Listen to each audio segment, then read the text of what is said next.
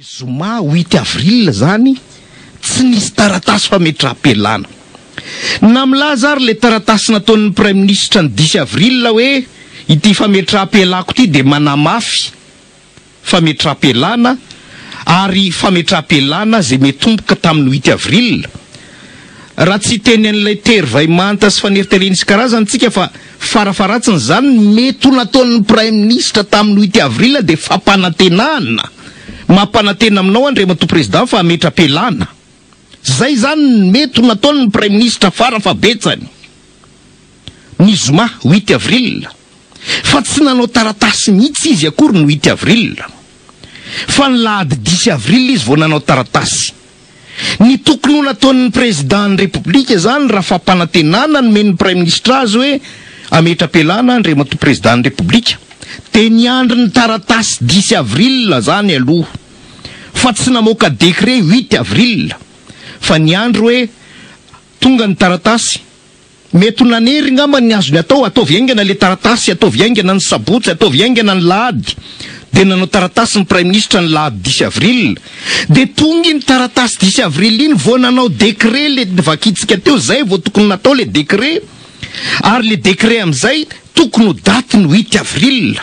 Araka ny taratasy 10 avril. Le décret tokony ho 10 avril am'zay. Araka ny taratasy fametraha-pialan'ny Prime Ministre tamin'ny 10 avril. Ara-dalàna izy, tsisy lainga izy am'zay. Fa ilay décret milaza fa taratasy fametraha-pialan'ny Prime Ministre tamin'ny 8 avril, lainga natao tamin'ny fomba ofisialy, mensonge par décret. Tamin'ny alalan'ny décret nanaovana lainga teto amin'ny firenena. Manga fotsiny namana Maurice Savonana le fandikanan'ny lalam-panorenana article 54 hoe ao arin'ny fametraha-pialan'ny Prime Ministre vao miala ny Prime Ministre. Dikan'izany ao arinan'ny taratasy fametraha-pialany 10 avril vao ekena ny fametraha-pialany. Ity décret ity zany namana Maurice Savonana, le décret tamin'ny 8 avril novakin'ny SGP zay milaza fa manaiky ny fametraha-pialan'ny Prime Ministre. Io décret nataon'ny Président ny République io zany inconstitutionnel, tsy mifanaraka amin'ny lalam-panorenana. Dikan'izany tsy ara-dalàna. Zao anefa ny décret nanendrin'ny Prime Ministre ny alahady 10 avril de niainga tamin'io décret tsy araka ny lalam-panorenana io. Vokany ny fanendrenan'ny Prime Ministre alahady zany dia tsy araka ny lalam-panorenana ihany koa fa niainga tamina décret tsy araka ny lalam-panorenana.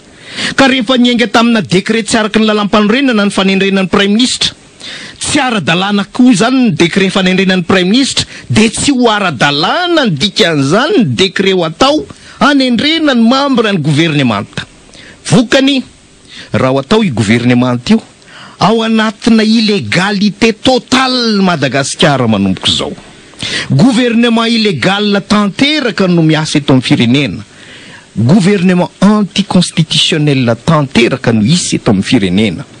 Eo no miverina ny fanontaniantsika namana Maurice Savonana hoe inona no andrasana amina fitondrana sy gouvernemanta zay tsy araka ny lalam-panorenana fa mandika ny lalam-panorenana eto amin'ity firenena ity namana Maurice Savonana. Ny ady hevitra namana Pierre Older tao anatin'izay herinandro latsaka kely zay dia nitodika tanteraka tamin'Andriamatoa Eric Rakotoarisoa filohan'ny ACC ary saiky amapolo ny fanontaniana azo namana Pierre Older mikasika ny hoe inona no ataon'ny ACC amin'izao fandikan-dalàna barbary, amin'izao mensonge au sommet de l'État, amin'izao itariana ny fitondram-panjakana makany amin'ny tsy ara-dalàna tanteraka zao.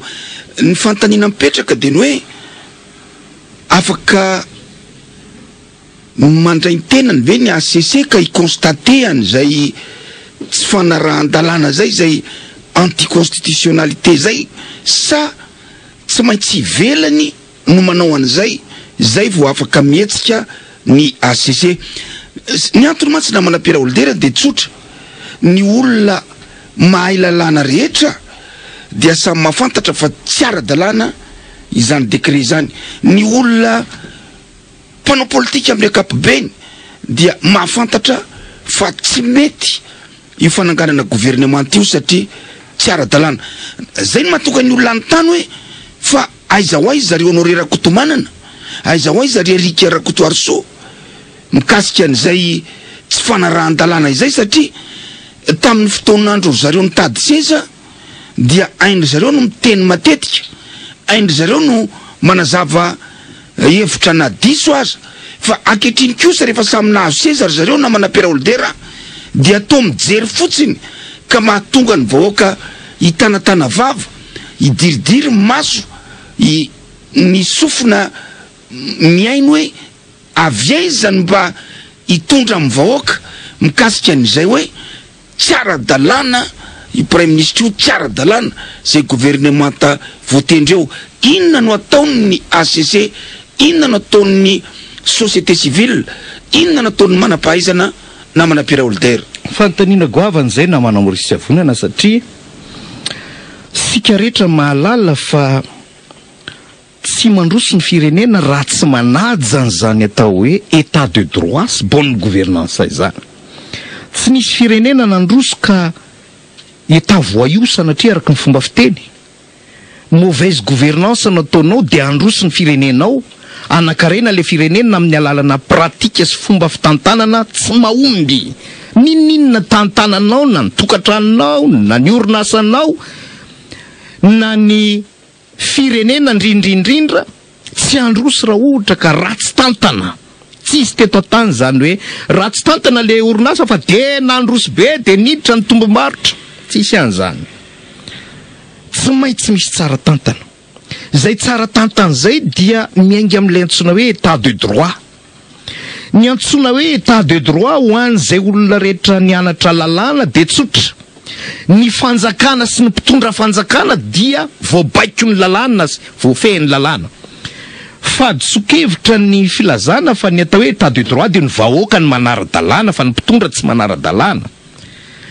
Fa ny tena hoe état de droit dia ny mpitondra fanjakana manaraka lalàna, fa tsy hoe omena fahefana mpitondra fanjakana dia zay manao zay daniny kibona, fa ny mpitondra fanjakana omena fahefana dia voafehy ny lalàna amin'ny fampiasana n'iny fahefana. Zay no atao hoe état de droit, fanjakana voafehy ny lalàna ny état de droit, lay état lay fanjakana, lay mpitondra fanjakana dia voafehy ny lalàna, bakio ny lalàna.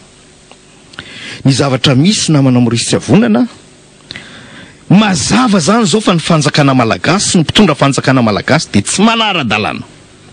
Eo no mipetraka ny fanontaniana amin'ireo mpahay lalàna rehetra azy sy ireo mpitsara araka ny lalàna rehetra hoe jerepotsiny ve zao tsy fanarahan-dalàna zao ka famelana ny firenena ho état de non droit, tany tsisy fanjakana, tsisy lalàna, tany tsy tan-dalàna, tany mpitondra fanjakana tsy manara-dalàna. Jerepotsiny ve?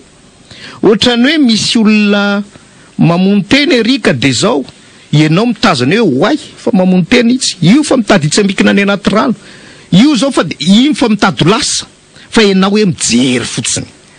Ianao io nefa nianatra spécialité amin'ny famonjena ain'olona, ohatra hoe nianatra ianao amin'ny secourisme, nianatra ianao amin'ny famonjena ain'olona, dia irito koa misy olona mitady ho faty, jerenao fotsiny. Ianao nianatra droit, nianatra lalàna, pahay lalàna ianao, dia io misy fanjakana tsy manaja lalàna, dia jerena fotsiny. Dia inona le ampianarina zany? Io misy HCC zay natao ampanaja ny lalam-panorenana, ampanaja ny lalam-panorenana. Anisan'ny asan'ny HCC namana Maurice Avonana any amin'ny article 116 ny lalam-panorenana ihany, lalam-panorenana any, de hoe la HCC statut sur la conformité à la constitution des traités, lois, ordonnances, règlements. Zany hoe manara-maso rafitinina ny fanajana